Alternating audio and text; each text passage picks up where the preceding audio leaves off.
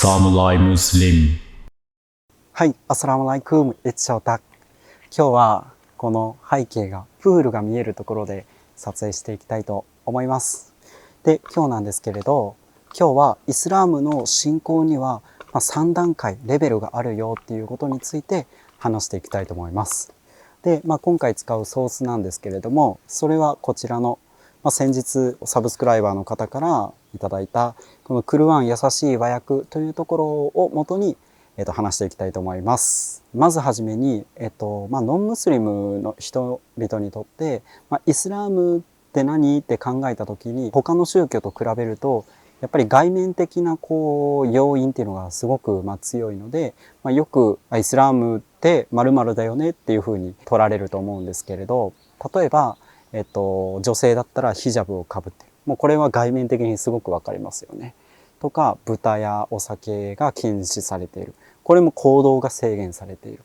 とか、あとはお祈りを1日5回する。いうようなことがあると思います。だけど、やっぱり宗教なので、それ以外にももちろん、外面以外にも、信仰の度合いっていうのを表すものがあるんですけれど、今回それについて皆さんに紹介していきたいと思います。では、行ってみましょう。Let's get started. はい。では、まずはじめに第1段階の、信仰度合いについて話していきたいと思います。で、第1段階に関しては、先ほど話した通り、外面的なイスラームの教義にのっとって、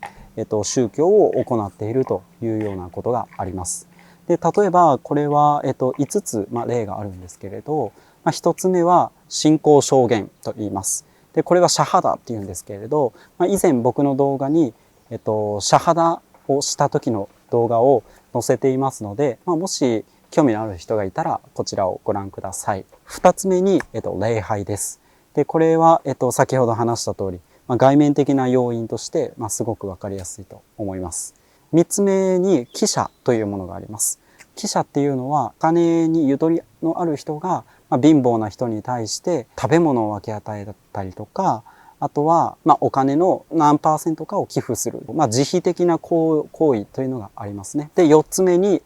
断食です。これは最近僕らがちょうどやったことですね。で、最後に巡礼というものがあります。で、巡礼っていうのは、これもお金に余裕のある人がメッカに巡礼をして、そこでお祈りをしましょうというようなことがあります。基本的にこの5つの行動をしている人を、見たら、この人はムスリムだなっていうことが、簡単に想像つくんじゃないかなと思います。では次に、第2の段階について話していきたいと思います。第2の段階は外面ではなく内面の問題として、信仰度合いを測ることができるようになってきます。この測る条件っていうのを、六信というんですけれど、六信っていうのは僕らイスラームの人たちが信じなきゃいけないことが6つあるっていうことなんですけれど、その六信について1つずつ説明していきたいと思います。で、まずはじめに、1個目はアッラー、神様の存在を認めること。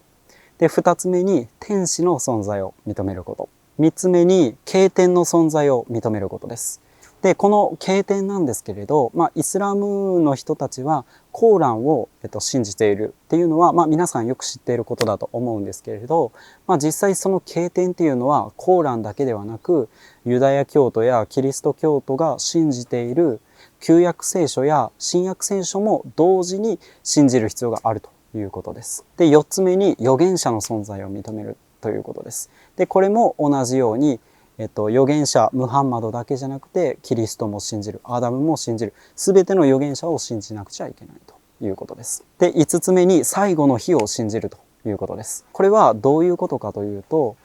僕ら人間っていうのは、基本的に死が訪れるわけですけれど、世界も同じように最後の日、終わりの日があるということを信じないといけないんですね。で、この最後の日には、僕らがこれまで生きてきた時の行いっていうのを神様などから、審判にかけられることによって、で、この人は天国に行くのか、地獄に行くのかっていうことを、決められることになっています。で、最後に6つ目として、天命の存在を認めるということです。で、これは具体的に言うと、僕ら人間の、運命っていうのはもともと神様に決められているんだよっていうようなことを表しています。じゃあ信じることって簡単でしょって、神様のこと信じればいいんでしょう、天使のことはいありますって信じればいいんでしょうって思うかもしれないですけど、信じることってすっごい難しいことなんですよ。信じてくださいって言われて、はい信じますって言ったところで本当に心から信じられているのか、これはやっぱりなかなかねすぐにはできないことだと思うんですよ。で信じるためには信じるための、努力っていうのを実際僕らはしていかないといけないんですけれど、それに関する動画も以前こちらに上げさせてもらっているので、興味のある人がいたらぜひこちらも参考にしてみてください。最後に第3の段階として第1、第2段階で行ってきたことに基づいて善行で積んでいく、日常生活でこなしていくっていう必要があるという段階ですね。この段階に来るともうその人は常にアッラーの存在を常に身近に感じているような状態で、最も、敬虔な存在であるということが言えます。でこの段階がもう基本的には最も、成熟した完成度の人々であるということが言えます。はい。皆さんどうだったでしょうか。基本的にまず、僕の段階としては第1の段階であるとは思うんですけど、僕の感想としては第1の外面的な、要因、第2の段階、両輪で第1、第2段階を今やってるような感じじゃないかなと思っています。第3の段階までね、到達するのにどれくらいの時間がかかるのか、正直全然わからないんですけれど、今後も毎日イスラムの勉強をしながら第3の段階に近づいていけるように頑張っていきたいと思います。So guys who are interested in my video, please thumbs up and subscribe to my channel. We'll see you again soon. Bye. Assalamualaikum. Thank you so much for watching. If you come to Japan, please contact me and I will guide for you like a halal tourism. And I have a Instagram account and doing live stream every single day. So if you want to communicate with me, you can check my account. So we'll see you again soon. Bye. Assalamualaikum.